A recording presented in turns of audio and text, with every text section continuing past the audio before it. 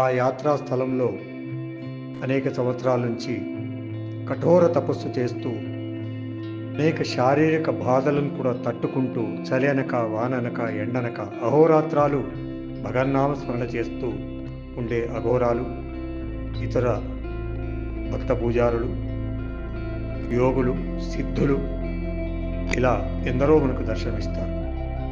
అడుగడుగున వారి యొక్క ప్రాబల్యం అక్కడ ఎక్కువగా కనిపిస్తుంది. వారు అనేక మంది కలిగే ఆధ్యాత్మిక సంబంధమైనటువంటి సందేహాలకు వాళ్ళు సరైన జవాబులిచ్చి వాళ్ళకి సందేహం నివృత్తి చేస్తూ ఉంటారు. అనేక భగవంతుడికి సంబంధించిన అనేక విషయాలను కూడా వాళ్ళు బోధిస్తూ భక్తుల మనస్సులకు ప్రశాంతత కలగజేస్తూ ఉంటారు.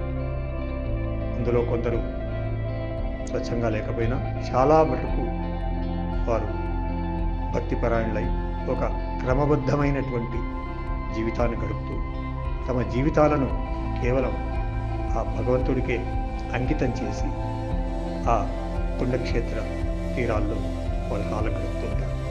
అలాంటి యోగులను సందర్శించి వారి చెప్పే మంచి వాక్యాలను విని వారి హితోక్తులను మనం వంట పట్టించుకుని మనం దైనందిక జీవితంలో మనం వాటిని పాటించుకున్నట్లయితే మనందరికీ కూడా అనేక సుఖ సంతోషాలు లభిస్తాయి. మన ఆచారాల పట్ల మనం భక్తి విశ్వాసం కూడా మరింతగా పెరిగే అవకాశం ఎంతకైనా ఉంది.